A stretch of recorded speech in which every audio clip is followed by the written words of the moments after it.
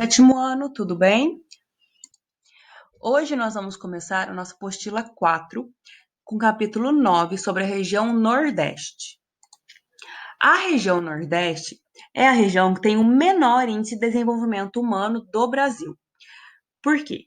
É um alto índice de mortalidade infantil, de analfabetismo, a falta de saneamento básico, que é água encanada, tratamento de esgoto, falta de infraestrutura médica, faltam hospitais, falta atendimento médico gratuito no Nordeste e a subnutrição. Quando a gente fala de região Nordeste, são esses estados: Bahia, Piauí, Maranhão, Ceará, Rio Grande do Norte, Paraíba, Pernambuco, Alagoas e Sergipe. E a ilha de Fernando de Noronha, que, olha, que pertence a Pernambuco. É muito importante a gente saber que essas características de baixo índice de desenvolvimento humano não são para todos os estados, são para algumas áreas específicas que nós vamos ver. Eu não posso igualar, eu não posso falar que o Nordeste é todo igual, que ele é todo, são as mesmas características nele todo. Vocês vão ver por quê. Uma ideia muito errada que a gente tem no Nordeste, que a gente já falou sobre isso na apostila 3, é aquele pensamento de que o Nordeste é só o sertão, que o Nordeste é só seca, é uma região só pobre, totalmente pobre.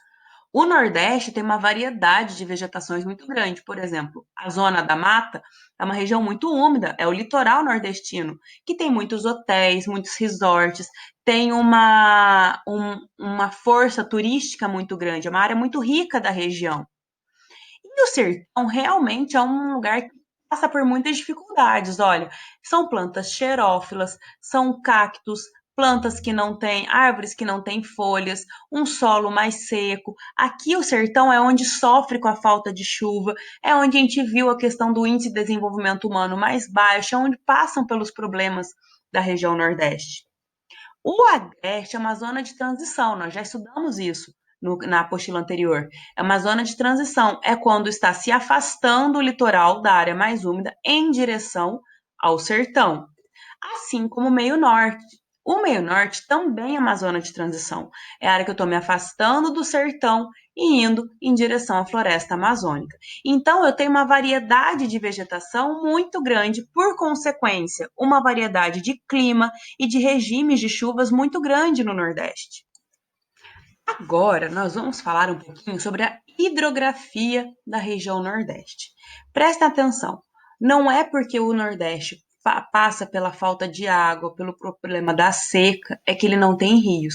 O grande problema é que a maioria dos rios é temporários ou intermitentes, ou seja, durante o período de seca, eles somem.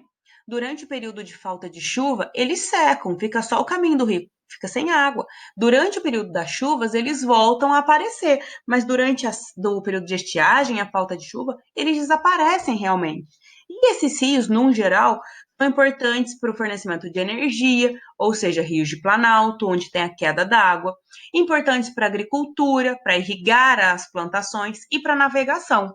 Nem sempre a gente está falando, gente, de uma grande plantação, um grande latifúndio. Pode ser uma plantação de subsistência, mas independente do tamanho da plantação, precisa de água para irrigar. Olha só, aqui eu tenho essas áreas, esses rainhos, olha, aqui em Boa Esperança, aqui em Pernambuco eu tenho alguns, aqui ó, em Sobradinho, que são hidrelétricas, aqui que fala, ó, fornecimento de energia. Foram construídas hidrelétricas nessas áreas planálticas para poder aproveitar a queda da água do rio. E sem dúvidas, nós temos que destacar o Rio São Francisco. O Rio São Francisco, olha, ele nasce aqui em Minas Gerais, na Serra da Canastra. Ele sobe, ele corta Minas Gerais, corta a Bahia e ele entra no sertão nordestino, olha só. Ele contorna aqui Pernambuco e chega no litoral, entre Alagoas, e ele corta o sertão. Ele facilita a ocupação do sertão, porque essa região que ele está é uma região muito seca, que sofre com a falta de água. Então, nessas regiões, nessa área que o Rio São Francisco corta, é a única fonte de umidade, a única fonte de água. Então, ele tem uma importância muito grande para essa área, principalmente para o sertão. Olhem só, nós temos algumas bacias hidrográficas, 3 bacias hidrográficas aqui no Nordeste, e a mais importante, né, é a bacia do São Francisco pela importância do rio, pela localização do rio, por atravessar o sertão. Olhem só. A bacia hidrográfica do São Francisco é um rio perene, ele nunca seca. Ao contrário dos outros rios do Nordeste, que são intermitentes, o rio São Francisco ele não seca. Ele passa por áreas que diminuem a quantidade de água dele, mas ele não seca, ele não desaparece. E ele é tão importante que ele é chamado de Velho Chico. Já teve até uma novela da Globo, né, falando sobre com esse nome que se passava às margens do Rio São Francisco.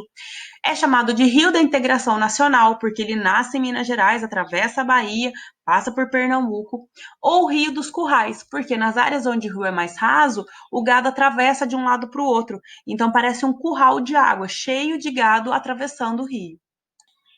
Na bacia do Rio São Francisco, existem muitas usinas hidrelétricas, como a gente viu no outro mapa, porque tem muitos rios de planalto.